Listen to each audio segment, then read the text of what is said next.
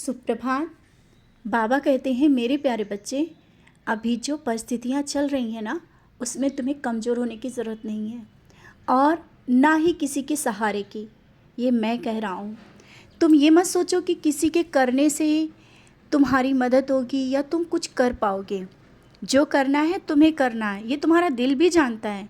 लेकिन फिर भी किसी के भरोसे पे बैठे हो, किसी के सहारे पे बैठे हो कि शायद वो ऐसा कर दे तो तुम्हारा काम हो जाए या तुम आगे बढ़ पाओ। कुछ चीज़ें ऐसी हैं जो तुम्हें स्वयं ही करनी है और समझना भी है। विश्वास करो। ये नहीं कहता हूँ कि मत करो, लेकिन इतना भी मत करो कि चुपचाप बैठ जाओ कि जो करेगा वो करेगा, तुम नहीं। जो करना है तुम्हें करना है और इन परिस्थितियों के साथ तुम्हें ही लड़ना है और मैं हूँ ना तुम्हारे साथ। किसी के भरोसे बैठ जाना अच्छा नहीं है। तुम अपने कर्म करो। मैं हूँ। जब मैं हूँ तो किसी के सहारे की तुम्हें कोई ज़रूरत नहीं है। विश्वास करना, मैं हूँ तुम्हारे साथ। ये मत बोलो किसी से कि तुम ये काम मेरा कर दो तो हो जाएगा। किसी के करने से कुछ नहीं होगा। जो होगा तुम करोगे और वो होगा भी। विश्वास रखो, अपने पर विश्वास रखो और मुझ पर विश्वास करो। आज ये संदेश के माध्यम से तुम्हें मैं समझाना चाहता हूँ। तुम में वो आत्मबल है, निखारो अंदर से। परेशान क्यों होते हो? तुम में वो क्षमता है कि दूसरों की मदद कर सकते हो। आज तुम कमज़ोर पड़ रहे हो। वो समय याद करो जब तुमने लोगों की मदद की। आज तुम अपने लिए कमज़ोर पड़ रहे हो, अपनों के लिए।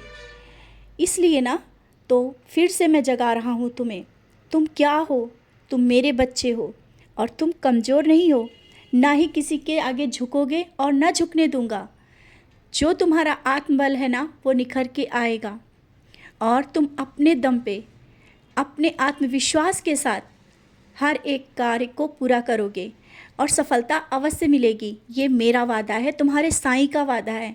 हर एक कार्य में तुम्हें सफलता मिलेगी। किसी के आगे तुम्हें सर नहीं झुकाना पड़ेगा। विश्वास रखो और जहाँ भी जाओ आत्मविश्वास के साथ उससे मिलो। तुम कहाँ से कम हो? किससे कम हो? क्या कमी है तुम में? हाँ, तुम्हें लगता है कि तुम्हें धन की कमी है। नहीं, उनसे ज़्यादा है तुम्हारे पास और भी ज़्यादा होगा। कोई कमी नहीं होगी। जो अपने धन का घमंड दिखा रहे हैं ना तुमसे, दिखाने दो।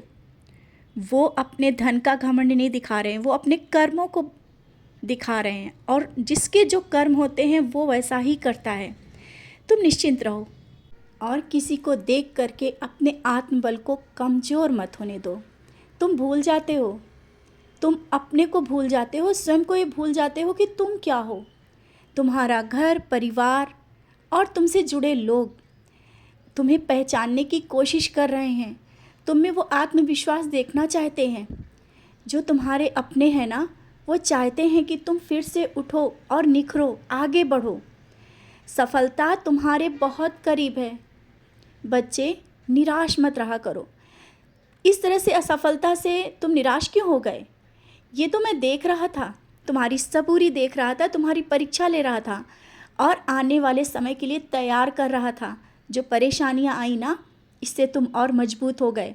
लोगों को पहचानना सीख लिया है और परेशानियों में से लड़ना सीख लिया है, क्योंकि तुम्हें बहुत जिम्मेदारियां उठानी है। बहुत कुछ ऐसे कार्य करने हैं जिसमें तुम्हें मजबूत करना बहुत ज़रूरी था और तुम अब उस आत्मबल से भर चुके हो। अब कमज़ोर होने की ज़रूरत नहीं है। जो भी कार्य करोगे, जहाँ भी जाओगे, जिस भी बात के लिए तुमने मुझसे बोला है, सफलता मिलेगी, अवश्य मिलेगी। तुमने कर्म किए हैं और कर्म जब किए हैं ना, तो उसका फल तो मिलेगा ही। आज नहीं तो कल, और कल आ गया है। तुम्हारा कल, जिसके लिए मैंने बोला था ना कि आने वाला कल तुम्हारा बहुत अच्छा है, वो समय बहुत ही करीब है। तुम उसके निकट पहुंच गए हो। अब मत घबराओ, आगे बढ़ो, कदम आगे बढ़ाओ और जो भी कार्य हैं तुम्हारे, सब पूर्ण होंगे।